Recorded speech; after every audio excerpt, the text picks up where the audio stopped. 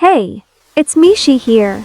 Today, I will talk about how to make delicious street-style tacos at home. These tacos are crispy, juicy, and full of flavor just like the ones from your favorite taco stand. To make these amazing tacos, you'll need tortillas, corn or flour, boneless chicken or beef, marinated onion and garlic, chopped tomatoes, diced lemon juice and cilantro for garnish. Spices: salt, black pepper, cumin, paprika, and chili powder. Cooking steps: 1. Heat some oil in a pan and saute the onions and garlic until golden. 2. Add the marinated chicken or beef and cook until it becomes tender and juicy.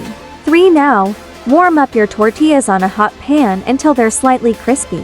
4. Fill the tortillas with the cooked meat, top with tomatoes, cilantro, and a squeeze of lemon.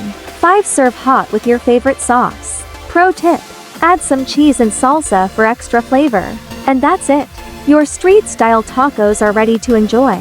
Let me know in the comments if you try this recipe. Don't forget to like, share and subscribe for more tasty and healthy recipes.